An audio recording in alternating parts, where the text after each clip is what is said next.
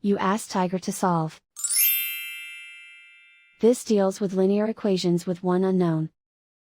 The final result is x equals 7. Let's solve it step by step.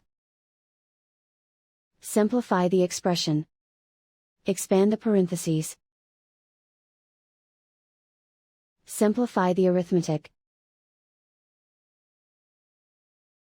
Group all x terms on the left side of the equation. Subtract 2x from both sides. Group like terms. Simplify the arithmetic. Group like terms.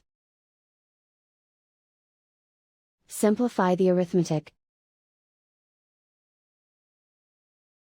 Group all constants on the right side of the equation. Add 10 to both sides. Simplify the arithmetic.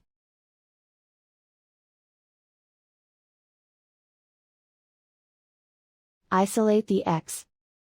Divide both sides by 3. Simplify the fraction.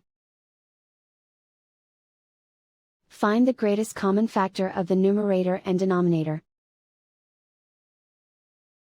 Factor out and cancel the greatest common factor.